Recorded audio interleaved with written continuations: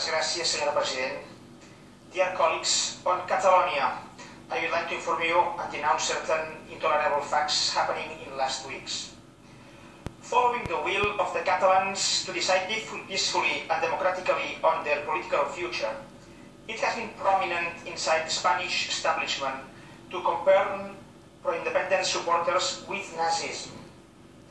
This outraging exercise of political criminalization seems that has become a national sport in some Spanish media and political parties. The Spanish government reaction has been non-existent. Nothing has been done to stop or condemn all these attitudes. In this respect, the Spanish government is not complying with fundamental rights and values of the European Union, in particular those mentioned in Article 2 of the TEU. Catalan people expect Europe to answer and react, condemning those that banalize Nazism and violate fundamental European principles. Merci beaucoup, madame. Merci, monsieur.